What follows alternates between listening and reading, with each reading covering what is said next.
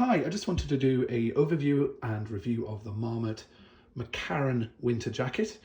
I've been on a lifelong quest for the ultimate winter jacket, arriving in New York in 2004 to one of the most brutal winters in a long time, and I bought a North Face Parker, which was huge and kept out the cold wonderfully and the rain until it failed. The seams failed and I started to get wet shoulders after about 3 years of having the jacket. And it was also massive. It was such a big coat. It was tiring. It was like carrying another man around at times. Yeah, it was bulletproof when it came to the weather, but you'd have to have an extra chair if you went to a cafe or a bar, you know, take up a seat on a bus. It was ridiculously big and heavy. Then I sort of switched to an ethical down kind of, sort of just a down jacket by this brand, which it's an internet brand that I discovered. It's two fellas, it's a startup, ethical down, super light, really, really, really warm, but not waterproof.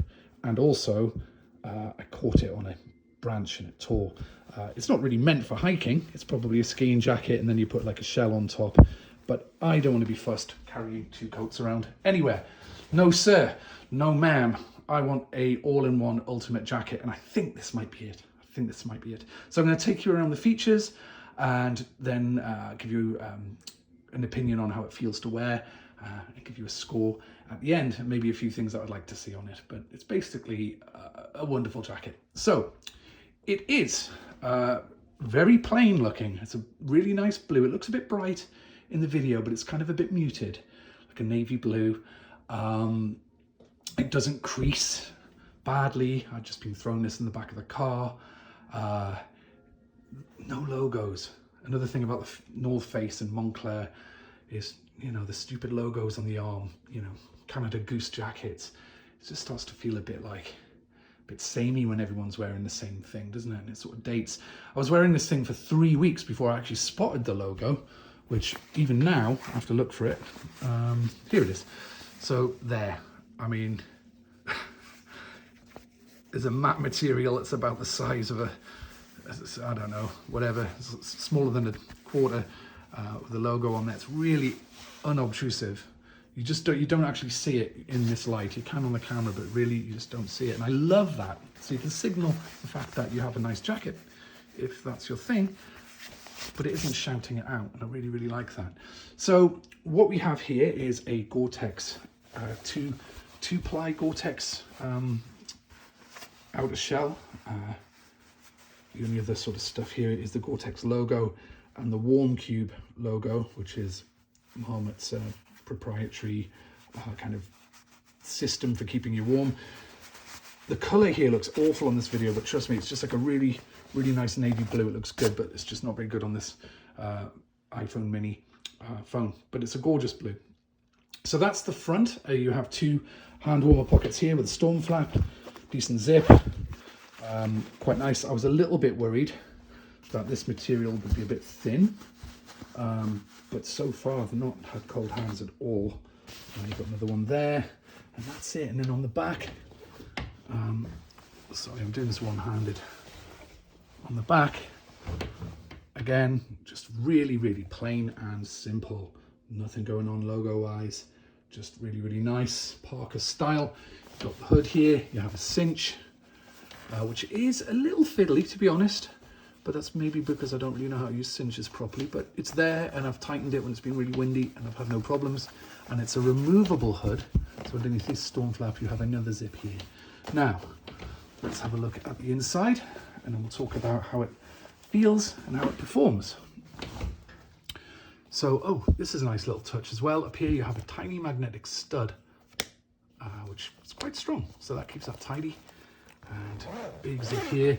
I was a little worried that the zip, being metal, could be brittle and maybe too small for gloves, but neither has proven to be a problem. It's plenty big enough for gloves, and it feels very, very nice to open. Now on the inside, you have a little bit of flair.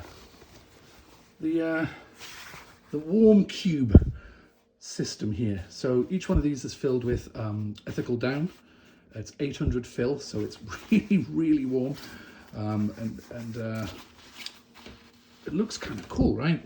You don't see it really. Maybe when it's open, you see it. You've got some tags down here, which gives you the kind of the down stuff, and a little bit up there. So really, really quite cool looking, I think. You've got an inside pocket here, which when you're wearing it, you don't really see this, which I quite like. It's a little discreet pocket, big enough for, you know, whatever you need. Phones, glasses case. The pockets, by the way, on the outside are quite big too. I've rolled up scarves in there, hats, bottle of water, all sorts. So it's all good. Now, how does it wear? Well, for a start, it's a winter coat. It's got a little heft in weight, but it's about 2 pounds 3 ounces. It's not heavy at all. So you can wear it all day long. It doesn't restrict you. It's got articulated elbows, so it's very flexible and agile as a winter coat. What I use this for is hiking. I hike in the Catskill Mountains here, and you know, I'm not climbing mountains, but it's got enough movability to accommodate you whatever you're doing, climbing over a log, you know, sort of just bending and moving. It doesn't get in your way. It's very agile, and I really appreciate that, because you know, the North Face, you can't really, it's just so bulky. So it's really, really comfortable in that regard. And also these cubes, when you're wearing it, kind of follow the contour of your body and gently pushes against you. You can just about feel it. It's not restrictive, it's not distracting. I'm not the slimmest of people, but it kind of just fits my body shape perfectly, and it's like a little gentle downy hug. It's really comforting, it's really nice, super, super comfortable to wear. I bought this on the internet, kind of sight unseen. A friend said they were good. I read some reviews and I bought it, you know, and for $400, just under $375 or $400. That's quite a lot of money for a coat for me. I know you can spend a huge amount more than that, but it's also $200 more than I would normally spend on a winter coat. But I'm very glad I took the plunge, and I'm really, really happy with it. In terms of use cases, I have worn it for 2 winters now. This past winter particularly was really brutal. I was in the northeast of England, and it had like a record-breaking cold snap for about 5 days. One of those things where ice is hanging in the air. And the northeast of England is kind of famous for having this like pervasive dampness that can get right into your bones no matter what you're wearing. I had a cotton t-shirt on, a cashmere sweater, and this, and you know, I was as snug as a bug in a rug, often unzipping it, you know, just to get some cool air in. You know, you were never going to be cold in this coat, there's no way. And then I came back to New York, December, snow, ice, going on mountain trails, you know, where it's icy and cold and really bitter cold. Pouring with rain this week. I went up a fire tower trail, so it was like 3 hours on a trail, absolutely lashing it down, and I was bone dry, I was comfortable, I was warm. Brilliant coat for hiking in. I'm sure you could ski in this, cycle on it with it, you know, but it's also nice and kind of plain looking. It doesn't look like technical wear, that you could wear this on a commute up to the office or in a city and just feel appropriate. It's always going to be appropriate, and I really, really like that kind of flexibility in my clothing. Kind of a little invisible, but also doing what you need to do technically.